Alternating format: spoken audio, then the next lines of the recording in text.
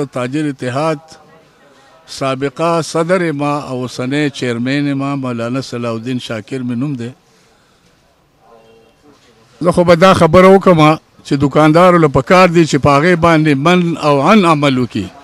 ولې چې ړومبی خو زمونږ 2 میاشتې دکانونه بند وو، اوس زمونږ دکانونه کولاو شو. پکار دا دی چې حکومت مونږ ته کومه خبره کوي، دا یو داسې وبا ده چې دا په هر ملک کې ده او په هر ځای کې ده. د دې نه مونږ په هغه طریقه باندې راکېږو چې کوم مونږ ته زمونږ حکومت یا د دې علاقې چې کوم دی افسران مونږ ته کوم هدایت راکړي دي. نو زه دا وایم دکاندارانو ته دا فلم کوم چې په دې باندې تاسو خامخا عمل وکړئ. ولې که داسې نه وي نو بل طرف ته دا ښکاره خبره ده چې بیا به لاکډاون وي، نو بیا به مونږ خفه یو. نو زه دې خبرې ټولو ته دا وایم او دا تافیل کوم چې یاره د دې خبرې خاص خیال وساتئ، ځکه چې دا څو ورځې دي او که داسې خیال ونه ساتلی شي نو قریبه ده چې همغسې به حکومت بیا راځي او بیا به همغسې خبره کوي چې یاره تاسو ته چې کوم مونږ هدایت کړي په هغې تاسو عمل نه دی. زما دکان کې صرف زه یوازې یم، زمونږ کارګر هم بل ځایونو کې کار کوي، خو بیا هم زه د هغې خپله خیال ساتم او زه تقریبا سهار راځم او بیا زه 1 بجه 2 بجې واپس کېږم. نو کم از کم زما ټولو دکانداران ته چې زما اواز اوري، ځکه زما سره د ټولو ډسټرکټ 400 دی دغه نه زه لګیا یم، کم ځای ته زما د اواز راشي نو کم از کم په دې باندې دي باقاعده عمل وکړي. ورنه که بیا خبره شوه مونږ ته مشرانو ته وایي نو دا به دکاندار زما د تاجر خپله غلطي وي. نو دا غلطي کم از کم نه ده پکار چې کم دغې مونږ له راکړي چې په هغې باندې مونږ من او عمل وکړو او د هغې نه به مونږ ته دا فایده چې مونږ به دا کاروبار مزید د اختره پورې څه وخته پورې دا مونږ وساتو، ورنه بیا به دا بندېږي. خبره دا ده چې پرون هم کسان ګرځېدلي دي، خصوصا ما په فیسبوک باندې لیدلي دي په غفور مارکیټ کې، هغوی دا هدایت په خپله کړي دي چې یاره تاسو په کومو دغو باندې لکه سنټایزر شو، د هغې لپاره ماکس شو، د هغې لپاره رش نه جوړول شو،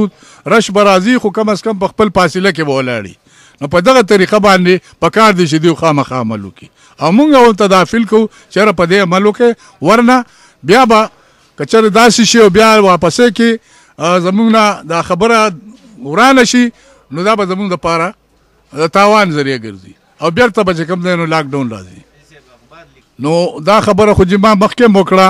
څه کم 2 میاشتې زمونږ دکانونه بند وو او داسې بند وو چې مونږ سره هغه د خپل رزق هم څه درک نه لګېدو چا سره، بلکې په غفور مارکیټ خو به زه دا ویم چې دلته اکثر چې کوم دی چپل میکران دي، د لاس مزدوران دي او د هغې سره دونه رشونه زما په خیال سره نه جوړېږي. کم چې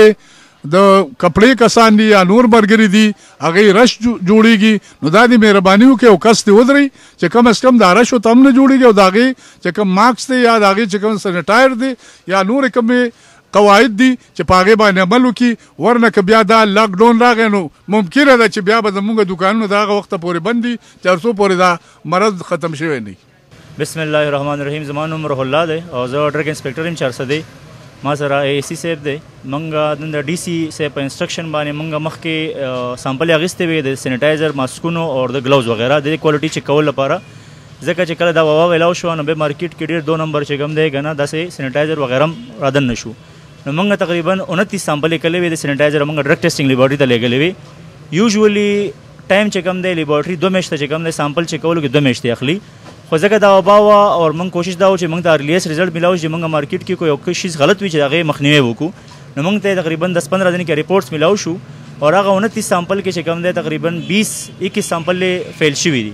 نو موږ مارکیټ کې کتل خو دا چې کوم دی میجورټي هغه کمپنیانو خپل پروډکټ چې کوم دی هغه مارکیټ نه وډرا کړی، زیات دکانونو کې چې کوم سینیټایزر یا ماسکونه وغیره پراته وو هغه ښه کوالټي والا او اکا دوکا دکانونو کې چې کوم زوړ سټاک پاتې شوی او موږ سامپل کړی او لیبارټري فیل کړی دغه ورنه موږ سیز کړه. نو مخکې کاروي زموږ همداسې چې دې ته موږ شوکازي کوو، هغه کس به معلومو چې کوم دا شیز یا جوړ کړی دی یا مثال مارکیټ ته وروښکی دی او هغې نه بعد به دا کیسونه موږ خپل ډرکورډ ته لیږو. ډرکورډ به اکارډنګلی جرمانې یا چې د قید چې کوم سزاګانې دي هغه به ډرکورډ دې ته ورکوي پې. څو پورې لکه موږ مخامخ په صرف په نیکډ آی سره یو شیز چې کوم دی سب سټینډرډ یا 2 نمبر نشو ډکلیئر کولی، څو پورې چې موږ سره یو کنکلوزیو ایویډنس د ډیټیل ریپورټ په شکل کې نه وي، ځکه عدالتونه چې کوم دی ډیټیل ریپورټ بني او کمپنیان چې کوم دی اکثر دا پلی وي چې یاره تاسو په کم بیس باندې زموږ دا شیز چې کوم دی 2 نمبر یا سب سټینډرډ ډکلیئر کوي. نو څو پورې چې ډیټیل ریپورټ نه راغلی نو هغه پورې دې ته پروویژن ده چې دا مارکیټ کې دا شیز ساتي، ځکه چې एकदम شارټیج د وجې نه بیا پین کریټ کېږي عوام کې هم، ځکه دا ضرورت شیز دی او بل ټاپیکل استعمالیږي نو سچ هغه رنګ هیزرډز نشته چې کوم د اورال یا انجیکټیبل میډیکیشن سره دي. خو ډسپایټ دا چې موږ ته څنګه ریزلټ پرون میلاو شوی دی نن موږ د اے سی صاحب سره چې کوم دی کنه جوائنټ ریډ وکړو او کوم چې فیل شوي سامپل وي هغه موږ مارکیټ نه وډرا کړي او کوم چې ټیک دی هغه مارکیټ کې پرېغوستلې مطلب خلک استعمالوي شي اخیستی شي. دې سره موږ اولنی دا کې ته موږ شوکاس کو ریټیلر کې ځکه زیات ریټیلران دا سی وی دي ته پروډکټ کم نه اویلیبل کلی وی پراپر وارنټي ولور کلی وی نو دې ته موږ بایلام دا چې ته یو ایکسپلینیشن موقع یو کس تور کوي خپل صفائی موقع ورته ور کوي نو هغه موږ ته شوکاس پر ریپلای کیا کم نه بګوته کی یا تاکس بګوته کی چې دا پروډکټ دیتا دکان کې اویلیبل کلی دی نو موږ دې پسې دا غرنګي ټریس کوو او زو کوشش موږ دا وی چې موږ هغه کس ځان ورسو چې دا دوی جوړه کلی دا اور ایکچوال فائدہ یا مثال په دې جرم کې شامل هغه کس موږ ځان رسو ټول کسان موږ د الف سر نواله یې پورې ټول موږ پارټي کو عدالت ته ولګو به عدالت خو خدا چې په دې کې ورنه کم کسان وارنینګ کوي کم جرمانه کوي هغه د عدالت سره منډین خو موږ ټول پکې پارټي کوو چې څومره کسان موږ د چانه سامپل اغسته وي چا ول وارنټي ورکلی وي چا جوړ کلی وي اخر سر پورې موږ ټول پکې پارټي کوو. بسم الله الرحمن الرحیم. دغه وبا د روکتام د لپاره ګورنمنت لاک ډاون لګولو او هغه لاک ډاون چې د کنډیشنري یعنی مشروط تور اوچت شوی دی او هغه کې د هغې ټوله ذمهداري په دغه باندې په دکاندارانو باندې ده چې هغوی هغه اس او پیز فالو کړي هغه هدایات فالو کړي کوم چې د بیمارۍ تدارک کیدی شي لکه هغوی ماسک استعمالوي هغوی ګلوز دستانې استعمال کوي هغوی د سینیټایزر استعمال کوي فاصله ساتي په دکان کې رش نه جوړوي. نو که دا فرض که هغه ورځ خو ډېر زیات دغه خلک ډېر زیات رش وو او چا هم احتیاط نه کوو نو هغې خلاف بیا کاروایي مو شوله موږ دکانونه هم سیل کړه او اعلانات هم دوی ته وشو نو څه نه څه چینجز خلکو کې راغلي تاسو وکتل چې خلکو ماسک هم دا کړی سینیټایزر هم خلک یوز کوي استعمالوي او رش هم هغه شان هغه لیول سره نشته چې کوم په هغه لومړی ورځ باندې و. زه عامو خلکو ته زما دا اپیل دی د ډسټرکټ اډمنسټریشن یا ډي سی صاحب طرف نه د اے سی صاحبان طرف نه چې هغوی غیر ضروري بازار ته نه راځي لکه که فرض کس یو کس سودا کولی شي نو هغه یو کس دې راشي د کور سودا دې وکړي ماشومانو له ساخلي کور والا ساخلي زیات پکار چې زنانه رانشي بلکې میل خلک چې دي راشي او خپل کور دپاره سودا وکړي او رش جوړ نه کړي بچي ماشومان چې د ماحول نه لرې وساتي که تاسو وینئ دا بعضې ماشومان د خلکو را روان کړي دي نو لکه زیاته ذمهداري چې په عامو خلکو باندې پرېوځي چې هغوی د خپلو بچو دپاره د خپل نسل دپاره د خپل قوم دپاره احتیاط وکړي او د دې بیمارۍ تدارک هم په دغه احتیاط سره کیدی شي د څه پراپر علاج نشته. د خو پرون دې کې ما دکانونه سیل کړي